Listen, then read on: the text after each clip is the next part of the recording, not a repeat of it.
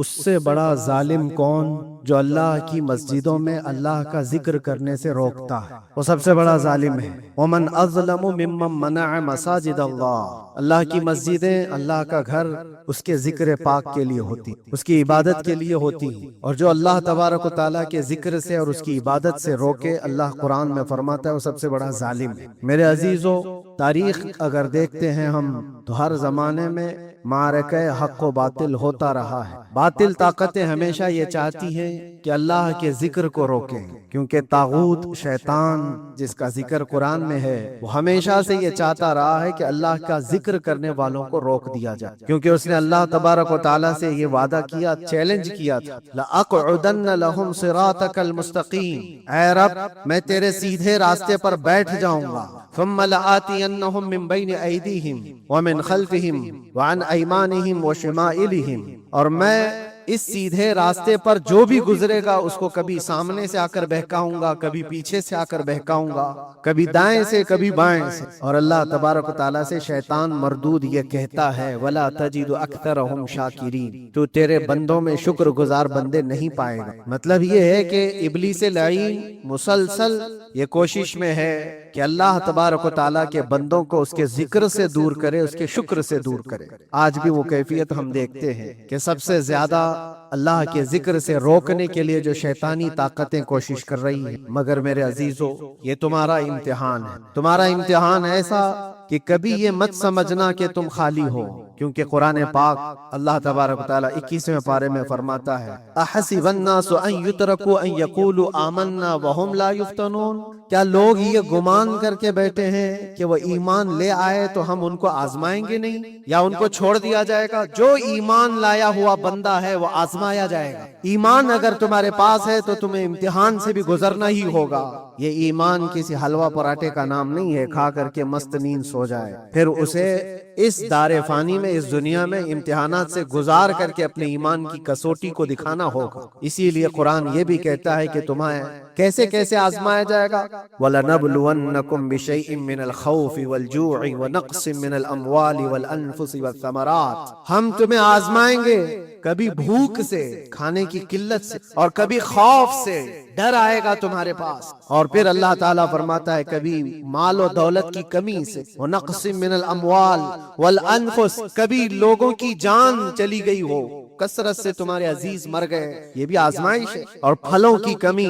اللہ تعالیٰ فرماتے ہیں یہ 5 چیزیں ہیں جو تمہاری زندگی میں آئیں گی اور تمہیں آزمایا جائے گا، اور ان کمیوں کے وقت تمہارا ایمان دیکھا جائے گا تم کیا کہتے ہو۔ اور اللہ تعالیٰ فرماتا ہے جب کبھی تمہیں بھوک سے آزمایا جائے، خوف سے، ڈر سے آزمایا جائے، اور مال کی کمی سے آزمایا جائے، امتحان لیا جائے، تو اس وقت جو بندہ یہ کہتا ہے، اللہ فرماتا ہے اِنَّا لِلَّهِ وَإِنَّا إِلَيْهِ راجعون، اللہ تعالیٰ فرماتا ہے ان لوگوں کو یہ بشارت ہے، ان صبر کرنے والوں کو یہ بشارت ہے کہ جب ان پر مصیبت آتی ہے تو یہ کہتے ہیں ہم اللہ ہی کے ہیں اور اللہ ہی کی طرف لوٹنے والے۔ یہ مصیبت کے وقت یہ جو 5 چیزوں سے آزمایا گیا ہے، ان آزمائش کے دور پر جو بندہ اللہ تبارک و تعالیٰ کی اس عطا پر راضی رہتا ہے وہ صبر کے ساتھ نکل گیا ہے۔ آج کے دور میں بھی میرے عزیزو بے شمار جانیں ہماری درمیان سے جا رہی ہیں۔ آپ کو اندازہ ہے موت اتنی عام ہو گئی ہے، اتنی عام ہو گئی ہے کہ اب لوگوں کو موت پر کوئی افسوس بھی نہیں ہوتا۔ ہر دن خبریں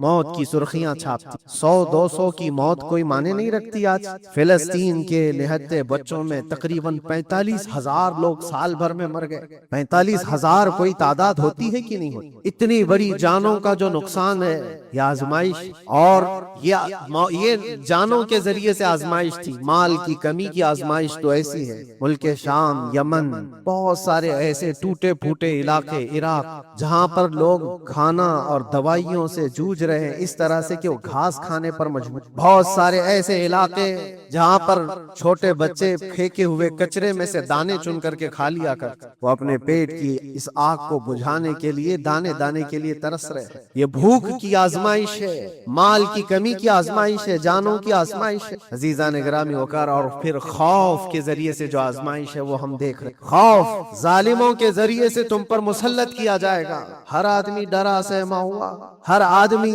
اپنے اندر ایک ڈر لیے بیٹھا ہے کہ نکلوں گا تو کیا ہو جائے گا۔ ان سب کے درمیان اللہ کی بارگاہ میں سجدہ ریز ہونے کا نام ایمان ہے۔ سب حالات ہوں گے اس طرح سے، اور انہی حالات کے درمیان جو بندہ اپنا سر جھکاتا ہے مولا کریم کی بارگاہ میں، وہ ایمان والا ہے۔ آؤ اگر ایمان کی کمال کی مثال دیکھنا ہے تو کربلا کے میدان میں کون کون سی آزمائش ہے، بھوک کی بھی آزمائش، پیاس کی بھی آزمائش ہے، جان کی بھی آزمائش ہے، خوف کی بھی آزمائش، سب چیزیں ایک ساتھ کربلا کے میدان میں آئی۔ رسول اللہ کے گھرانے پر، اہل بیت پر وہ کیسا عظیم امتحان تھا جب وہ 72 لوگوں کا 82 لوگوں کا قافلہ بھوک اور پیاس سے جوجھ رہا ہو، 3 دن سے ان کے اوپر کھانا اور پانی بند ہو، اور ان شہزادوں کے ایمان میں ذرا برابر بھی فرق نہیں، نہ ان کے ایمان میں، نہ حوصلے میں، نہ ہمت میں فرق آتا ہے۔ 3 دن کے بھوکے اور پیاسے باطل سے نپٹنے کے لیے کس طرح سے کمر بستہ ہے، یہاں تک کہ بھوک کی شدت ایسی تھی کلیجہ منہ کو آئے۔ 6 ماہ کا بچہ بھی روتے روتے زبان جس کی سوکھ گئی ہو، وہ ماں جو بچے کو دودھ پلاتی ہے اس کے سینے سوکھ چکے ہوں، دودھ ختم ہو چکا ہو ماں کے پستانوں میں، کیسی قلت ہو، پانی کا ایک قطرہ ان کے گھر تک نہیں پہنچ پاتا، ماں اپنے بچے کو دودھ نہیں پلا سکتی، اس سے زیادہ کیا آزمائش، یہ بھوک اور پیاس کی آزمائش۔ پھر جانوں کی آزمائش تو ایسی، اللہ اکبر، 56 سال کی عمر کا وہ شہزادہ عالی وقار، سیدہ کائنات فاطمہ الزہرا کا نور نظر، امام عالی مقام سید الشہداء امام حسین رضی اللہ تعالیٰ، جب میدان کربلا میں لاشوں کو اٹھاتے تھے، کتنی لاشیں اٹھائی، کبھی بیٹے کی، کبھی بھتیجے کی، کبھی بھانجے کی، کبھی بھائیوں کی، کبھی عزیزوں کی۔ میاں ہم اپنے گھر سے نکلنے والے ایک جنازے کو اٹھاتے ہیں تو 8 دن تک ہمارے اندر سے ہوش نکل جائے۔ کوئی اپنے بچے کو اپنے ہاتھوں سے دفن کر کے دیکھے پھر کیفیت پتہ چلتی۔ امام حسین نے ایک نہیں اپنے لاڈلوں کی لاشیں اس طرح سمیٹی، ان کے جوان بیٹے علی اکبر کو جب شہید کر کے گھوڑے دوڑائے گئے تھے جسم کے اوپر سے، ٹکڑے الگ ہو چکے تھے، اس کو سمیٹتے ہوئے کون بیٹھا ہے، رسول اللہ کا نواسا، اور 6 ماہ کے بچے کو ہاتھ کے اندر ظالموں نے تیر سے ایسا مارا تھا کہ حلقوم پہ چلا گیا، اور 6 ماہ کے علی اصغر کا خون جب امام حسین کے چہرے پر اچھل جاتا ہو، کسی باپ کے ہاتھ میں بیٹا وفات کر جائے اور پھر وہ لے کر کے خیمے میں آئے اور ادھر سے بلکتی ہوئی ماؤں کو اور بہنوں کو بھی دیکھے، ان میں بھی صبر کی تلقین دے۔ کبھی کبھار میں سوچتا ہوں اللہ یہ کیسے امتحانات سے گزرا تھا فاطمہ کا لالا، کیسے امتحانات، بھوک اور پیاس کی شدت الگ، یہ جانوں کی شدت، جانوں کے جانے کا غم الگ، عزیزوں کی لاشوں کو اٹھانے کا بوجھ الگ، پھر اس پر 22,000 کا لشکر جرار سامنے، اس کا خوف لوگوں کے اوپر ڈالا جا رہا ہے۔ عزیزان گرامی وقار، یہ سب چیزیں کیا امام حسین کے قدموں کو ڈگمگا گئی؟ کیا ان کے خاندان والوں کو بکنے پر مجبور کر دی؟ کیا انہوں نے سمجھوتے کر کے اپنا سب کچھ بیچ ڈالا؟ ایک خیمے کا بچہ بھی، خیمے کا ایک بچہ بھی امام حسین کا نکل کر کے آیا ہو تو مجھے تاریخ بتا دو، بلکہ تاریخ تو آج یہ کہتی ہے سرداد نہ داد دست در دست یزید، حقا کے بنا لا الہ است حسین، سر دے دیا مگر ہاتھ یزید کے ہاتھ میں نہیں دیا، حق تو یہ ہے کہ لا الہ کی جڑ کا نام حسین۔ آج وہ امتحان قیامت تک کی تمہارے ساتھ ہوتا رہے گا، قیامت تک تمہارے ساتھ یہ آزمائش ہوتی رہے گی، کبھی بھوک سے، کبھی ڈر سے، کبھی جانوں کے نقصان سے، لیکن پھر تمہیں دیکھا جائے گا تم بکتے کتنے ہو، نکلتے کتنے ہو، ہواؤں کے پجاری کتنے ہیں، خواہشات نفس کو ماننے والے کتنے ہیں، اپنے کمفرٹ زون میں جینے کے لیے ایمان کا سودا کرنے والے لوگ کتنے ہیں۔ یہ آزمائش ہوتی رہے گی میرے عزیزو۔ ایمان اس کا نام نہیں ہے کہ تم گھر میں آرام سے بیٹھے رہو گے اور کوئی امتحان نہیں ہوگا، امتحان تو ہوگا، آزمائش تو ہوگی۔ آج جو بھی حالات ہیں اس پر میں یہی کہوں گا، ایک بات ہو سکتا ہے کروڑوں مسلمانوں کے دلوں میں آج یہ نروس پن آئے، اتنے برے حالات ہوتے ہیں، اللہ ہمارے ساتھ ہے یا نہیں، اللہ ہمارے ساتھ ہے، ایمان ہمارا صحیح ہے یا نہیں، اسلام صحیح ہے یا نہیں، یہ شک بھی شیطان تمہارے دل میں ڈالتا ہے۔ کبھی تمہارے اوپر مصیبتوں کے پہاڑ ٹوٹ جائیں تو شک ڈالتا ہے شیطان تاکہ تمہارا ایمان ڈگمگا جائے۔ میرے عزیزو، مسلمان ہونے کا مطلب یہ نہیں ہے کہ تم صرف محلات میں جیو گے اور تخت و تاج کے مالک ہی رہو گے، ایسا نہیں ہے۔ ایمان والوں کو احد میں 70 جانیں بھی دینی، بدر میں ان کے ساتھ جو معاملات ہوئے ہیں، فتح اگرچہ بدر میں ہوئی لیکن جنگ احد کا اگر منظر دیکھو گے اللہ اکبر، وہ رسول پاک صلی اللہ تعالی علیہ وسلم کے شہدائی صحابہ جب احد کے میدان میں کھڑے تھے 70 صحابہ کی ایسے جانیں گئی ہیں، اگر میں تفصیل بتاؤں تو بہت لمبا وقت ہوگا۔ ایک صحابی ہیں حضرت انس بن نزیر، پورے جسم میں ایک انگلی کے علاوہ کچھ نہیں ملا، شہادت کی ایک انگلی سے ان کو پہچانا گیا۔ حضرت سعد بن ربیع، یہ ایسے صحابی ہیں جن کا پیٹ پورا پھاڑ دیا گیا تھا اور 12 نیزے مارے گئے۔ وہ سید الشہداء امیر حمزہ بھی تو اسی احد کے میدان میں شہید ہوئے، جن کو بھالے سے مارا گیا اور چیر کر کے ان کا کلیجہ چبایا گیا۔ عبداللہ بن جہش اسی میدان میں انتقال کیے ہیں، جن کے جسم کے 80 ٹکڑے کر دیے گئے تھے اور ہر ٹکڑے کا ہار بنا کر ظالموں نے پہنا تھا، ہار بنا لیا تھا جسموں کے۔ یہ سارے منظر احد کے میدان میں ہوئے، اور کون سے ایمان والے؟ وہ رسول اللہ کی اقتداء میں نماز پڑھنے، حضور پاک کے چہرے انور کو دیکھنے والے۔ جب ان کے ساتھ یہ آزمائشیں ہو سکتی ہیں تو ہم کون سی گاجر مولی؟ ہمارے ساتھ بھی آزمائشیں ہوں گی۔ جس کا جیسا ایمان ہوگا ویسا وہ امتحان بھی دے گا، اسی امتحان سے وہ گزارا جائے گا۔ مگر میں آج کروڑوں مسلمانوں کے دلوں کے بارے میں یہ بات کہنا چاہتا ہوں کہ اگر نروس پن ہے کہ یہ حالات ایسے کیوں ہیں، حالات ہر زمانے میں ہوتے ہیں۔ ستیزہ کار رہا ہے ازل سے تا امروز، شرار ابو لہبی سے چراغ مصطفی، ہماری تاریخ ہے، یہ تاریخ ہے میرے عزیزو۔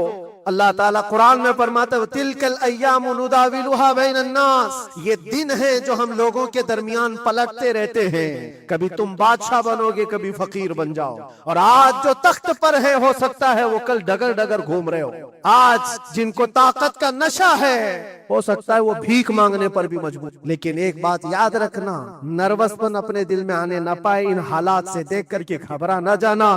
ایمان تمہارا سچا ہے، اللہ کل بھی تمہارے ساتھ، آج بھی تمہارے ساتھ، بس تمہاری عبادت میں فرق آنے نہ پائے، تمہارے سجدوں میں کمی ہونے نہ پائے، تمہارے ایمان میں تزلزل آنے نہ پائے۔ اللہ ایک ہے تو ایک ہے، اللہ سچا ہے تو سچا ہے۔ میں نے اللہ کو نہیں دیکھا لیکن اللہ پر ایمان ضرور ہے۔ یہ یقین اور یہ عقیدہ تمہارا مضبوط۔ ہاں ہمیں معلوم ہے، کچھ لوگ ہم سے پوچھتے بھی ہیں، اللہ تبارک و تعالیٰ پوری کائنات کا مالک جس نے ہر چیز پیدا کیا اور اس کی عبادت کرنے والے ہو آپ، لیکن پھر اسی اللہ رب العزت کی یہ مسجدیں کیوں مسجدوں کو ختم کیا جا رہا ہے؟ اللہ کے ذکر کو روکنے کے لیے طاقتیں پوری مسجدوں کو ڈھانے کی کیوں بات کرتی؟ پھر اللہ کچھ کیوں نہیں فرماتا؟ میرے عزیزو، یہ کائنات ہے جس کو اللہ نے اسباب پر بنا کر بھیجا ہے اور تمہیں عمل کے لیے بھیجا گیا ہے۔ تمہارا عمل دیکھنا ہے، تم کتنے پابند، تم کتنے اپنی حفاظت کرتے ہو، تمہارے ایمان کی، تمہاری عبادتوں کی، تمہاری مسجدوں کی۔ تم مسجدیں خالی کر کے گھوم رہے ہو، فجر کی نماز میں اپنے گھروں پر سوئے ہو، اور پھر اللہ کے گھروں کی حفاظت کی بات کر رہے ہو کہ مسجدیں ڈھائی جا رہی ہیں، مسجدوں پر آکرمن ہوتا ہے۔ یہ ساری باتیں کیوں؟ تم جب ان صفوں کو خالی کر دو گے، یہ مسجدیں چیخ چیخ کر پکارتی اللہ کی بارگاہ میں، پل بھر میں بنا لی، شب بھر میں بنا لی مسجد تو ایمان کی حرارت والوں۔ من اپنا پرانا پاپی تھا، بچپن سے نمازی بننا، مسجدیں بڑی بڑی شاندار بنا لینا اور اس کو آباد نہ کرنا، یہ بھی تو ظلم ہے۔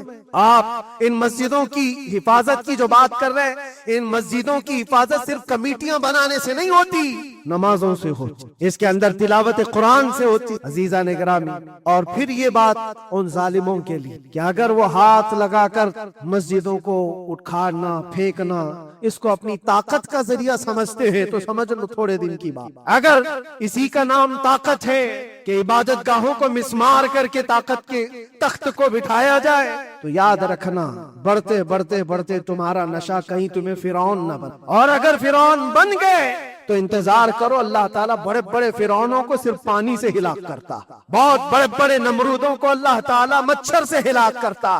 وہ ابرہا بھی تو آیا تھا جو کعبہ ڈھانے کی ہاتھیوں کا لشکر لے کر آیا، جس کا ذکر قرآن پاک میں الم تر کیف فعل ربک باصحاب الفیل، اے محبوب کیا آپ نے نہیں دیکھا ہاتھی والوں کے ساتھ اللہ نے کیا معاملہ کیا؟ پورا ہاتھیوں کی فوج لے کر آیا تھا کعبے کو ڈھانے کے لیے۔ ہوا کیا؟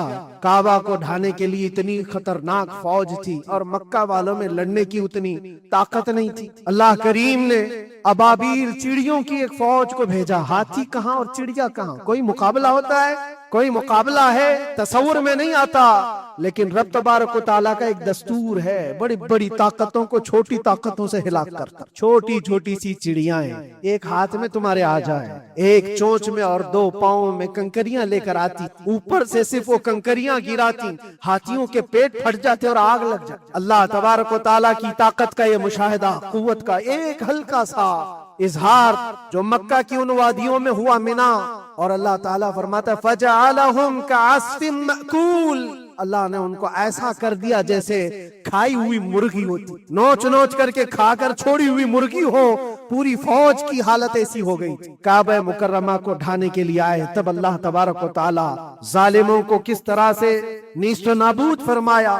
ہمیں یقین ہے میرے اللہ تبارک و تعالی وہ ابابیل بھیجنے والا مولا آج بھی زندہ اور ہمیشہ زندہ ہے، وہ حی اور قیوم ہے، ہمیشہ سے زندہ ہے اور ہمیشہ زندہ رہے گا۔ لیکن تمہارا امتحان ہوتا رہے گا، تمہارا امتحان ہوتا رہے گا۔ اللہ کے نبی صلی اللہ تعالی علیہ وسلم کے لیے مدد آئی ہے تو اس کا مطلب یہ نہیں ہے کہ وہ صرف بیٹھ کر کے مدینے میں دعائیں کرتے تھے، نہیں، عمل کے میدان میں اترے بھی ہیں۔ صحابہ نے بھوک اور پیاس برداشت کی ہے، کتنے کتنے دنوں تک وہ ایک کھجور پر پورا دن گزارتے تھے، پیوند لگے کپڑے۔ حضرت ابو ہریرہ فرماتے ہیں ہم تو ایک جنگ سے ایسے واپس آئے تھے کہ ہمارے پاؤں کے پورے ناخن اکھڑ گئے، پاؤں کے ناخن اکھڑ گئے خندق کے میدان میں۔ خود نبی پاک صلی اللہ علیہ وسلم اپنے ہاتھوں سے خندق کھودتے رہے اور پیٹ پر پتھر باندھنا، سب مشقتیں سٹرگل کیا ہے۔ پھر اللہ سے یہ دعا کیا مولا تو اپنی مدد بھیج، تو اپنے رحم و کرم کی بارشیں برسا،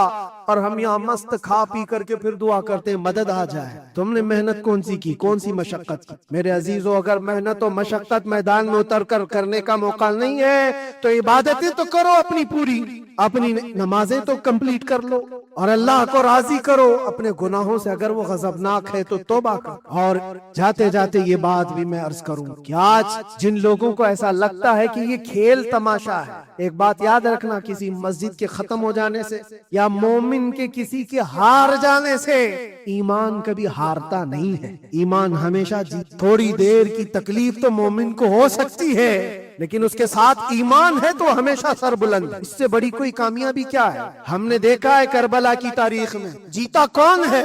دنیا کی نظر میں، اس وقت کی میڈیا کی نظر میں، اس وقت کے جو کتے ہوں گے ان کی نظر میں یزید جیتا ہوگا، لیکن قیامت تک ہر مومن کہتا ہے بادشاہ است حسین، بادشاہ است حسین۔ ایمان کی جیت ہمیشہ ہے، اگرچہ وہ ٹکڑوں میں بدل جائے، اگرچہ وہ 1000 ٹکڑوں میں ہو جائے۔ آج بھی پھریرا لہرا رہا ہے تو حسین اعظم کا لہرا۔ اسی لیے یاد رکھو صرف تخت پہ چڑھ کر بیٹھنے کا نام جیت نہیں ہے۔ ابھی الیکشن بھی گزرا، کچھ لوگ نروس ہوں گے کہ ہم ہار گئے، اگر وہ ایمان والے ہیں، سچے ایمان والے ہیں تو انہیں یاد رکھنا چاہیے جیت اور ہار صرف تخت حاصل کرنے کا نام نہیں ہے، دلوں پر حکومت کرنے کا نام جیت۔ اور آج 800 سال گزر گئے، ہند الولی سلطان الاولیاء غریب نواز کی حکومت ہم سب پر قائم۔ کس بات کی حکومت ہے یہ دلوں کی حکومت ہے۔ اور وہاں جو ہاتھ لگانے کی کوشش کر رہا ہے وہ اپنے ہاتھوں کو بچا لے، آگ تمہارا انتظار کر رہی ہے۔ اس لیے کہ اللہ فرماتا من عادی لی ولیا فقد آذنتہ بالحرب، جس نے میرے ولی سے دشمنی کی میں اس کو اپنے ساتھ جنگ کا اعلان کرتا ہوں۔ آؤ رب تعالیٰ سے جنگ کرنے کے لیے تیار ہو؟ اللہ کے ولی سے مقابلہ کرنا چاہتے ہو؟ اللہ کے ولی کو چھونا چاہتے ہو؟ رب تعالیٰ فرماتا ہے جو اللہ کے ولی سے دشمنی کرتا ہے اسے میں اپنے ساتھ جنگ کا اعلان کرتا ہوں۔ ہے کسی کی ہمت و طاقت اللہ سے جنگ کرنے کی؟ تو جو یہ چاہتے ہیں کیڑے مکڑوں کی موت مرو گے، اس سے بھی خطرناک ذلیل ہو کر مر جاؤ گے۔ اجمیر معلا یہ صرف اور صرف ایک دھرتی کا نام نہیں ہے، اللہ کے ولی کی آباد کی ہوئی مقدس زمین ہے۔ اور ہم سنیوں کی آستھا ایسے ہے، امام اہل سنت فاضل بریلوی اعلیٰ حضرت فرماتے ہیں دنیا بھر میں جہاں دعائیں قبول ہوتی ہیں ان جگہوں میں سے ایک جگہ کا نام اجمیر معلا، جہاں اللہ تعالیٰ دعائیں قبول فرماتا ہے۔ ہم اپنی آستھا ہی نہیں رکھتے میرے عزیزو، اپنی جان بھی حاضر ہے غریب نواز کے قدموں کے لیے۔ اس لیے میں کہنا چاہتا ہوں سرکار غریب نواز رضی اللہ تعالیٰ عنہ کے رکشک، یہ لوگ اگر یہ سمجھتے ہیں کہ مسلمان بکھر گئے ہیں، ٹوٹے ہیں، بکھرے ہیں، ان کے پاس کوئی طاقت نہیں، کوئی سیاست نہیں، اور ہم جس کو چاہیں آکرمن کر کے ختم کر دیں. ہو سکتا ہے ہم سب کو مار ڈالو تمہاری طاقت کے ذریعے، لیکن وہ غریب نواز ہے. اپنے باپ داداؤں کی تاریخ یاد رکھنا، پوچھنا. جو غریب نواز کو اٹھانے کی کوشش کیا اٹھ گئے، اور وہ دھرتی پہ آج بھی آباد ہے. انشاءاللہ قیامت تک اجمیر معلیٰ چمکتا رہے گا. سرکار غریب نواز رضی اللہ تعالیٰ عنہ کے آستانے سے جو فیض بٹتا ہے، اپنے اور غیر سب وہاں سے فائدہ اٹھاتے ہیں. سب لوگوں کو برابر فائدہ اٹھایا جاتا ہے. اسی لیے میرے عزیزوں، یہ آزمائشوں کے دور میں میری صرف ایک ہی گزارش ہے، اپنا ایمان مضبوط کرو. جیسی بھی مصیبتیں آئیں، طاقتیں آئیں، تمہارا سجدے سے سر دور نہ ہونے، اللہ سے غفلت ہونے نہ پائے، تمہارے ذکر و اذکار میں کمی ہونے نہ پائے. مسجدوں سے دور بھاگنے کی کوشش نہ کرو، واپس آ جاؤ. اللہ کی رحمت قریب ہے. قرآن میں اللہ فرماتا ہے الا ان نصر اللہ قریب، آگاہ ہو جاؤ، بے شک اللہ کی مدد بہت قریب ہے. وآخر دعوانا الحمدللہ رب العالمین. السلام.